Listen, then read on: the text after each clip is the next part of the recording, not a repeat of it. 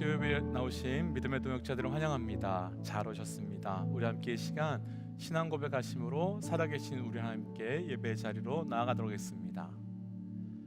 전능하사 천지를 만드신 하나님 아버지를 내가 믿사오며 그 외아들 우리 주 예수 그리스도를 믿사오니 이는 성령으로 잉태하사 동정녀 마리아에게 나시고 본디오 빌라도에게 고난을 받으사 십자가에 못 박혀 죽으시고 장사한 지 사흘 만에 죽은 자 가운데서 다시 살아나시며 하늘에 오르사 전능하신 하나님 우편에 앉아 계시다가 저리로서 산 자와 죽은 자를 심판하러 오시리라.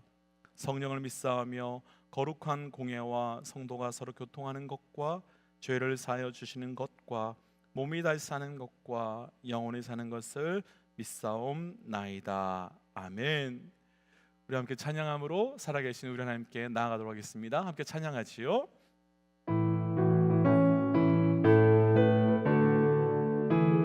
갈 길을 밝히 보이시니 갈 길을 밝히 보이시니 주 앞에 빨리 나갑시다.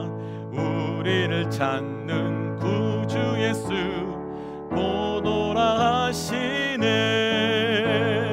죄악 벗은 우리 영혼은 기뻐 뛰며 주를 보겠네. 하늘에 계신 주 예수를 영원히 섬기리. 우리를 오라 하시는 말 기쁘게 듣고 즐겨하세. 구주를 믿기 지체 말고 속속히 나가세. 죄악 벗은 우리 영혼은 기뻐 뛰며 주를 보겠네. 하늘에 계신 주 예수를 영원히 섬기리. 주 오늘 여기 계시오니 다 와서 주의 말씀 듣세. 듣기도 하고 생각하니 참 미치시로다. 죄악 벗은 우리 영혼은 기뻐 뛰며 주를 보겠네. 하늘에 계신 주 예수를 영원히 섬기리. 죄악 벗은 우리 영혼은 죄악 벗은 우리 영혼은 기뻐 뛰며 주를 보겠네. 하늘에 계신 주 예수를 영원히 섬기리. 주가 일하시네. 주가 일하시네. 주께 아끼지 않는 자에게 주가 일하시네. 주가 일하시네. 신뢰하며 걷는 자에게.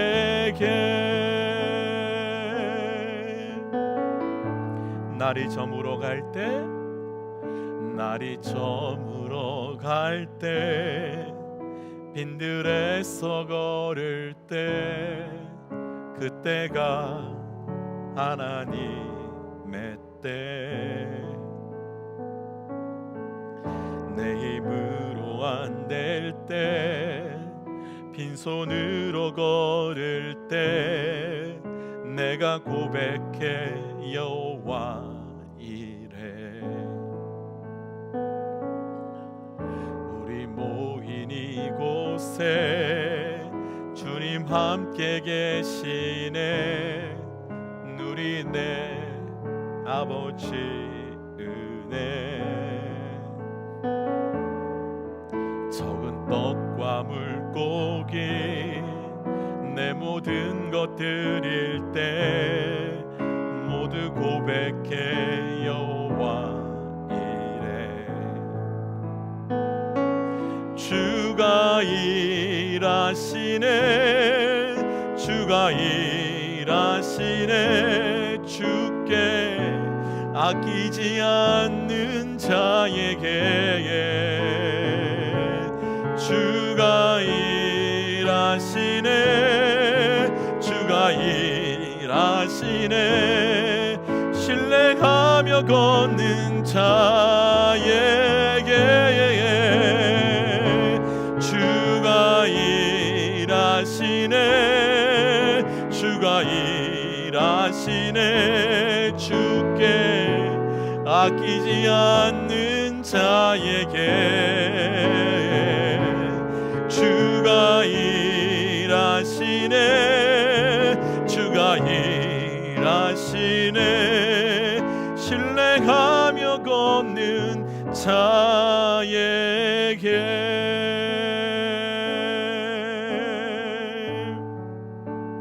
우리 함께 시간 이렇게 기도하고 싶습니다. 하나님, 모든 순간 주님만을 믿음으로 나아가는 그 걸음 되게 하여 주옵소서. 하나님, 우리가 보기에는 우리의 눈이 어둡고 우리의 마음이 캄캄하다 할지라도 그 모든 길을 밝히시는 하나님을 믿고 우리의 걸음이 온전하게 나아갈 수 있도록 그 믿음과 그 동행함을 허락하여 주옵소서라고 함께 기도하며 나아가지요. 함께 기도하겠습니다. 하나님, 이 시간 주의 은혜를 구하며 기도하며 나아갑니다. 아버지, 우리에게 새로운 은혜를 더하여 주옵소서. 우리의 눈과 우리의 마음과 우리의 생각에는 캄캄함이 많을지라도 주께서 우리를 밝히시고 새롭게 하시는 믿고 나아갑니다. 오직 그 은혜로 나아가게 하시고 그 소망으로 나아가게 하여 주셔서 그 영광 앞에, 그 은혜 앞에 우리가 몸부림치며 하나님 안으로 인하여 살아갈 수 있도록 은혜 새롭게 하여 주옵소서. 하나님, 우리의 모든 걸음, 우리의 모든 순간이 캄캄하고 어둡다 할지라도 그 모든 것을 밝히시며 새롭게 하시는 주님을 따라 나아갑니다. 하나님, 주의 일하심을 믿고 나아갈 수 있는 영적 믿음을 더하여 주셔서 그 믿음 따라 나아갈 때마다 일하시고 역사하시는 나의 주 나의 하나님을 경험하며 고백할 수 있도록 역사하여 주시옵소서. 하나님, 그래서 오늘도 하루 동안 수고하고 애쓴 하나님의 백성들 기억하여 주셔서 찬양과 기도와 말씀으로 위로하여 주시옵소서. 이 모든 말씀 예수님 이름으로 기도하였습니다. 아멘.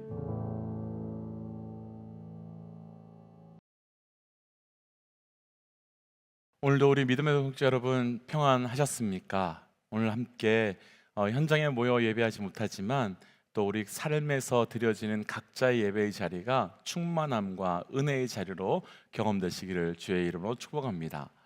오늘 우리가 함께 나눌 말씀의 본문은 사도행전 14장 8절부터 18절까지 말씀인데요. 먼저 우리가 함께 본문을 읽어보고 말씀을 묵상해 보도록 하겠습니다. 함께 본문 8절부터 읽어보지요. 루스드라에 발을 쓰지 못하는 한 사람이 앉아 있는데 나면서 걷지 못하게 되어 걸어본 적이 없는 자라. 바울이 말하는 것을 듣거늘 바울이 주목하여 구원받을 만한 믿음이 그에게 있는 것을 보고 큰 소리로 이르되 내 발로 바로 일어서라 하니 그 사람이 일어나 걷는지라. 무리가 바울이 한 일을 보고 루가오니아 방언으로 소리질러 이르되 신들이 사람의 형상으로 우리 가운데 내려오셨다 하여 바나바는 제우스라 하고 바울은 그 중에 말하는 자 이름으로 헤르메스라 하더라.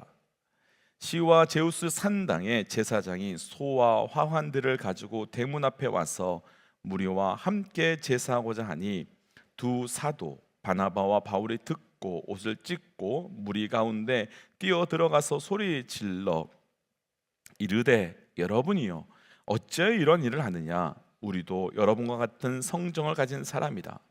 여러분에게 복음을 전하는 것은 이런 헛된 일을 버리고 천지와 바다와 그 가운데 만물을 지으시고 살아계신 하나님께로 돌아오게 함이라. 하나님이 지당한 세대에는 모든 민족으로 자기들의 길들을 가게 방임하셨으나 그러나 자기를 증언하지 아니하신 것이 아니니 곧 여러분에게 하늘로부터 비를 내리시며 결실기를 주시는 선한 일을 하사 음식과 기쁨으로 여러분의 마음에 만족하게 하셨느니라 하고 이렇게 말하여 겨우 무리를 말려 자기들에게 제사를 못하게 하니라. 아멘. 함께 잠시 기도하고 저희가 또 함께 말씀 묵상할까요? 하나님, 오늘도 우리를 이 자리에 불러주신 것 살아 역사하시는 우리 주 하나님의 은혜입니다. 하나님, 말씀으로 나아갑니다. 각자의 자리에서 예배하지만 충만한 말씀의 은혜가 우리 모두에게 고백될 수 있도록 인도하여 주시옵소서. 이 모든 말씀 예수님 이름으로 기도하였습니다. 아멘. 오늘 우리가 함께 나눌 말씀의 제목은 고난도 기적이고 은혜도 기적입니다 라고 하는 말씀의 제목입니다. 우리 그리스도인들은 은혜로 사는 인생이라고 말하지요.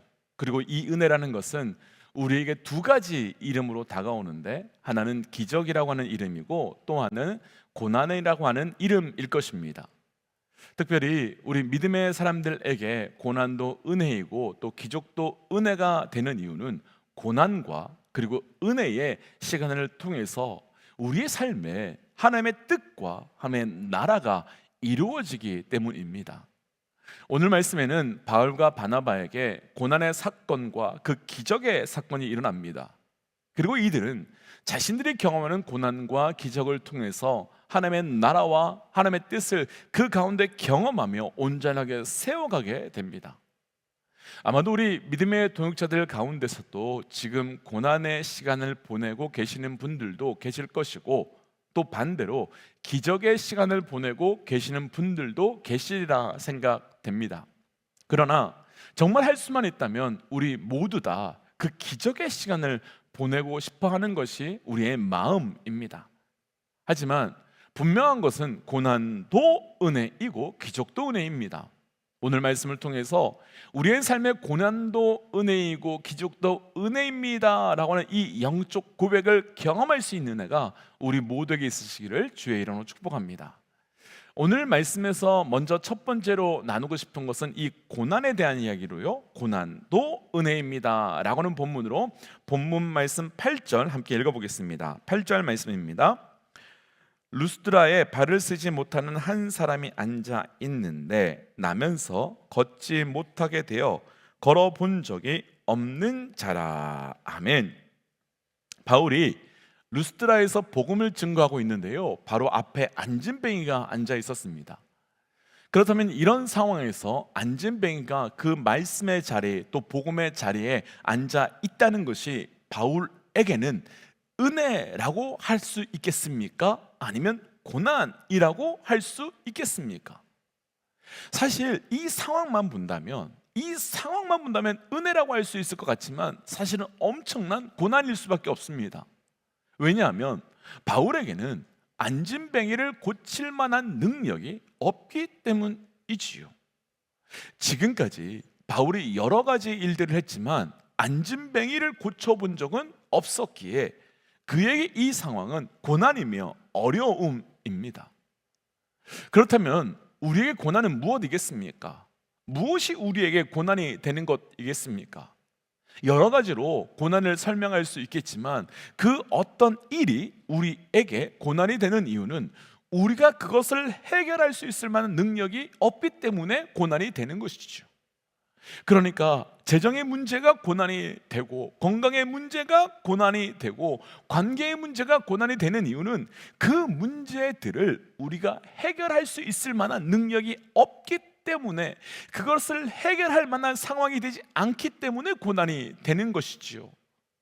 그렇다면 고난의 반대인 기적은 무엇이겠습니까?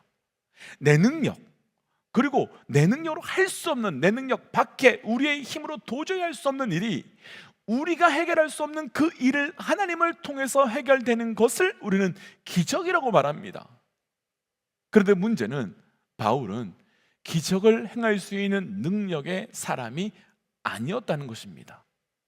더군다나 사도행전 전체에서요, 바울의 기적이 몇 번 나오기는 하지만 오늘 이 나누는 말씀 이전에는 단 한 번의 기적도 나오지 않았습니다.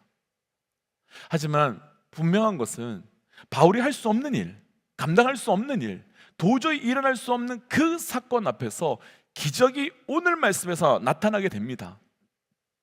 먼저 우리 모든 믿음의 동역자들에게 도전하기는, 우리의 삶에 우리가 감당할 수 없는 모든 고난의 일들이 하나님이 일하시는 기적의 사건으로 바뀌어가는 은혜가 있으시기를 주의 이름으로 축복합니다.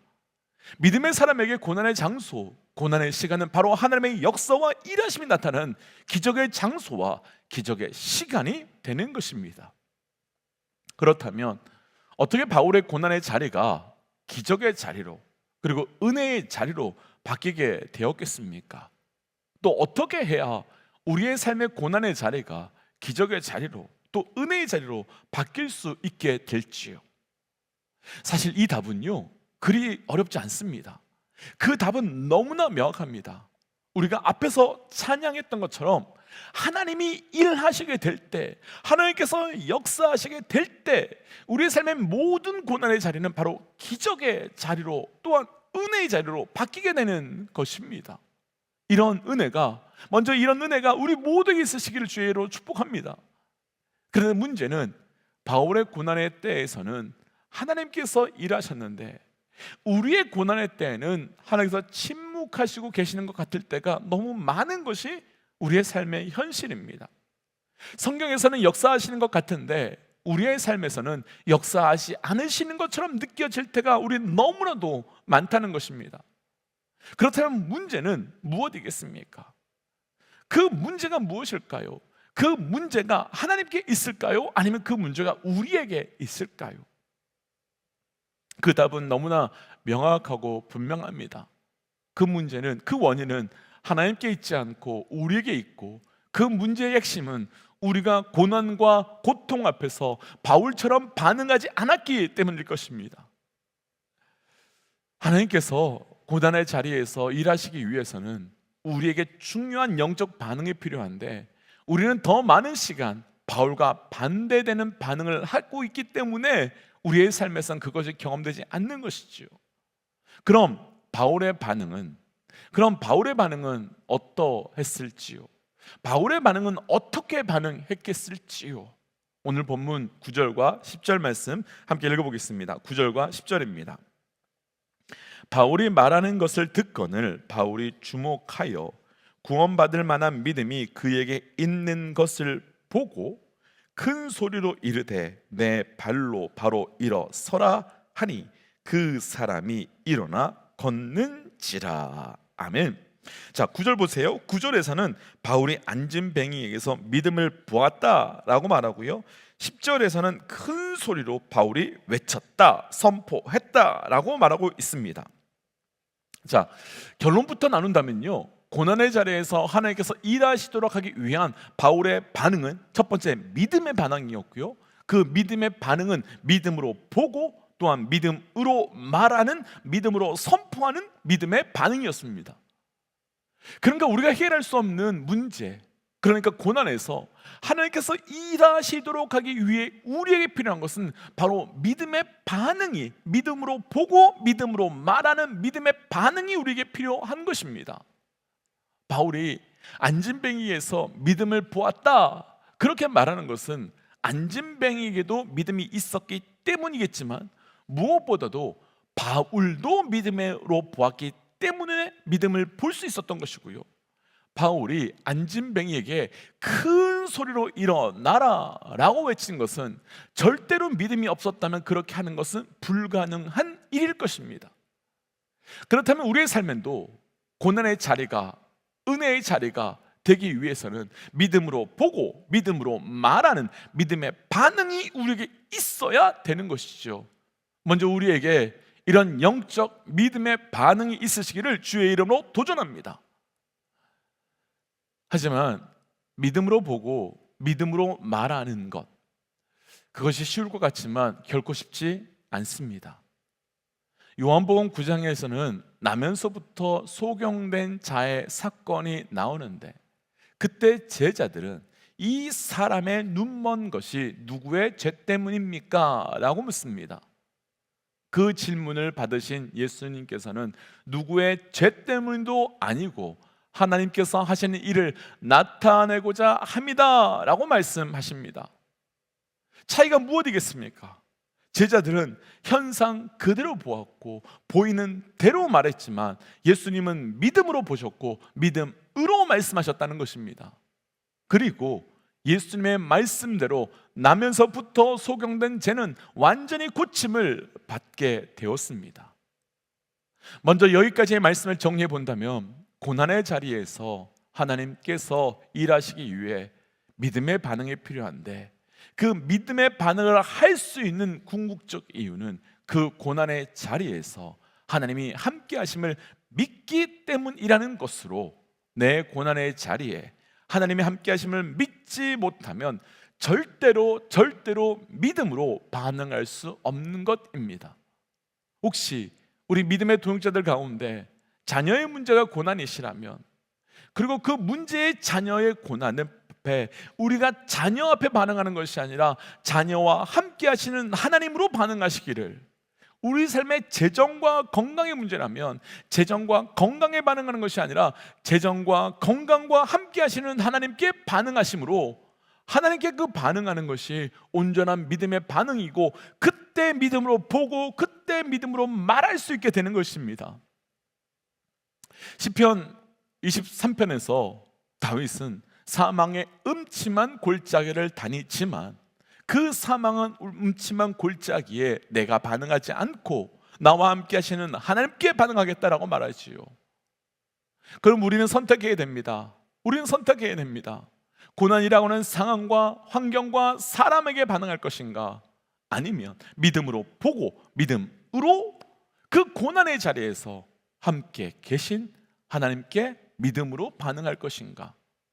도전하기는 우리 모든 믿음의 동역자들의 삶 가운데서 철저히 믿음의 반응을 통하여 고난을 은혜로 바꿔갈 수 있는 역사가 있으시기를 주의 이름으로 축복합니다.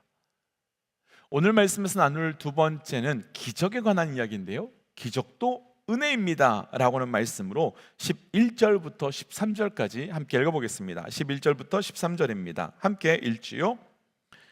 무리가 바울이 한 일을 보고 루가오니아 방언으로 소리질러 이르되, 신들이 사람의 형상으로 우리 가운데 내려오셨다 하여 바나바는 제우스라 하고 바울은 그 중에 말하는 자 이름으로 헤르메스라 하더라.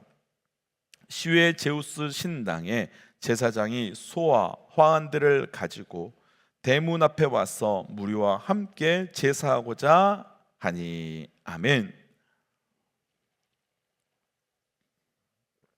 아마도 기적도 은혜입니다 라는 이 말에 동의하지 않는 분들은 거의 없을 것 같습니다. 우리 삶에 기적이 일어나면 분명 은혜가 맞지요. 하지만 때로는 기적이 은혜가 되지 않을 때가 분명히 있습니다. 사람들이 한 번도 걸어보지 못한 안진뱅이가 일어난 사건을 보았습니다. 그때 사람들이 얼마나 놀랐는지 바울과 바나바를 스스와 허메라고 하면서 신으로 모시려고 합니다. 사실 이때부터 기적의 자리가 바울과 바나바에게는 위기의 자리가 되고 고난의 자리가 될 수 있을 가능성이 생기게 되었습니다. 이유가 있죠. 지금 이 기적은 누가 행하신 것입니까? 하나님께서 행하신 것입니다. 그렇다면 그 영광은 오직 하나님께서만 받으셔야 하는데, 갑자기 사람들이 바울과 바나바를 높이고 있는 것이지요. 그렇다면 이 순간 바울과 바나바에게는 기적의 사건이 위기가 되고 어려움의 순간이, 유혹의 순간이 되어버린 것입니다. 바로 이때 바울과 바나바는 그래서 이렇게 담대하게 반응하는데요, 본문의 14절과 15절 말씀 함께 읽어보겠습니다. 14절과 15절입니다. 함께 읽지요. 두 사도 바나바와 바울이 듣고 옷을 찢고 무리 가운데 뛰어 들어가서 소리질러 이르되, 여러분이여 어찌하여 이러한 일을 하느냐? 우리도 여러분들과 같은 성정을 가진 사람이라. 여러분에게 복음을 전하는 것은 이런 헛된 일을 버리고 천지와 바다와 그 가운데 만물을 지으시고 살아계신 하나님께로 돌아오게 함이라. 아멘. 바울과 바나바는 사람들이 자신들을 신으로 높이려고 할 때 목이 띄기는 척하면서 그냥 받아들이지 않습니다. 그럴 수 있잖아요. 그런데 바울과 바나바는 이때 옷을 찢고 무리 가운데 들어가서 첫 번째는 우리도 너희와 같은 성정을 가진 사람이다 라고 말하면서 우리가 특별해서 이런 기적을 일으킨 것이 아니다 라고 말합니다. 바로 영적 겸손의 모습이지요. 그리고 또한 두 번째는 이들은 자신에게 일어난 기적의 이유를 분명하게 설명하는데요. 말씀 보시면 그것은 너희가 헛된 일을 버리고 천지와 바다와 만유 가운데 살아계신 하나님께로 돌아오게 함이 위함이다 라고 말하면서 기적의 목적을 분명하게 설명하며 선포합니다. 우리 삶에도요, 하나님께서 기적의 사건을 허락하실 때가 있습니다. 그런데 그 기적의 사건 앞에 겸손해야 은혜가 되고요, 그 기적의 사건을 주신 정확한 목적을 우리가 분별해야만, 알아야만 기적 가운데 있는 은혜를 구별하며 그 기적을 내게 은혜로 고백할 수 있는 것입니다. 우리가 기억해야 될 것은 기적의 목적은 우리를 높이기 위함이 아니라 우리를 겸손하도록 하기 위함이며 우리를 증명하기 위함이 아니라 하나님을 증명하기 위함이라는 것입니다. 엄청난 기적의 사건이 있었음에도 불구하고 많은 사람들이 무너지고 타락하고 깨어지는 것은 잘못된 것으로 가는 그 많은 사람들을 우리가 보았지만 그들의 이유는 분명합니다. 그 사건으로 오직 하나님께만 영광을 돌리고 하나님께만 돌아오도록 해야 하는데, 그 기적의 사건으로 내가 집중받고 내가 존경받고 혹은 내가 한 것이 아니라고 말하지 않고 그냥 침묵하면서 사람들이 나를 바라보는 것을 즐기기 때문입니다. 우리의 삶에 기적이 단순한 기적으로 끝나지 않고 은혜의 사건이 되려면 그 기적의 사건에서 우리의 영혼이 겸손하게 낮아지고 하나님만 높아지며 또 하나님만 영광을 받으셔야 하고, 그래서 그 기적을 우리에게 행하여 주신 하나님의 기적의 목적대로만 반응해야 되는 것입니다. 아주 오래전에요, 제가 주일 설교에서 본문에서 그런 기적의 사건이 있었던 적이 있었어요. 그러면서 제가 그런 기적의 말씀을 나누고 이런 기적이 우리에게 있을지어다 라고 선포를 했었단 말이에요. 그런데 너무 감사하게도요, 그렇게 설교한 그 주 중에 몇몇 분에게 그런 기적과 같은 사건이 내게 있었습니다 라는 연락을 받았습니다. 그래서 그 다음 주 설교를 준비하면서 그분들께 연락을 드려서 있었던 기적의 사건의 간증을 좀 부탁드렸는데 모든 분들이 한결같이 거절하셨습니다. 어떤 분은 하나님의 영광을 가리고 싶지 않다고 말씀하셨고, 또 어떤 분들은 쑥스럽고 창피스러워서 못하겠다고 거절하셨습니다. 함께 은혜를 나누고 싶었던 목사의 마음이 있었는데 그걸 거절하시니까 사실 마음이 좀 섭섭했습니다. 그런데요, 말씀을 준비하면서 거절된 게 오히려 은혜였음을 알게 되었습니다. 왜냐하면 그 사건을 나누고 싶었던 표면적인 이유는 기적의 사건이 말씀대로 반응하면 우리에게 진짜 일어난다, 그것이었지만 사실 제 마음 깊숙이에는요, 내가 맞지? 내가 말한 대로 했으니까 되지? 그래서 나의 자랑이 숨어 있는 것을 알게 되었기 때문이었습니다. 아마도 그렇게 간증으로 나누었다면 그 성도분들의 기적의 사건은 분명히 저의 자랑, 저의 교만이 되어서 저에게는 독이 되고 해가 되었을 텐데, 그렇게 하지 못하게 하셔서 제 안의 잘못을 깨닫게 되었고 기적만큼 그보다 더 큰 은혜를 발견하고 깨닫게 된 것입니다. 그래서 사랑하는 믿음의 동지 여러분, 도전하고 축복하기는 하나님께서 우리에게 기적의 사건을 주신 것은 우리를 겸손케 하기 위함이며 무엇보다도 그를 통해 하나님께 사람들이 돌아오도록 하기 위함인 것을 반드시 기억하며 우리의 인생이 기적에서 끝나는 인생이 아니라 기적을 넘어 하나님의 뜻을 성취하는 은혜의 삶으로 나아가시기를 주의 이름으로 축복합니다. 오늘 말씀에서 한 가지 더 나누고 싶은 것이 있는데요, 왜 하나님께서 우리의 삶에 그렇다면 고난과 기적이라는 것을 주시는가? 그 고난과 기적에 대한 그 이유, 목적. 하나님께서는 그냥 우리에게 고난과 기적을 주시는 것이 절대 아닐 것입니다. 분명 이유가 있고 목적이 있을 터인데 그것은 매우 중요합니다.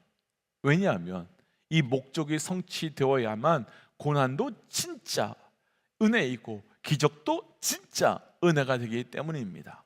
자, 먼저 오늘 본문 속에서요 그 이유를 발견할 수 있는데 본문의 19절 말씀 함께 읽어보도록 하겠습니다. 본문 19절 말씀입니다.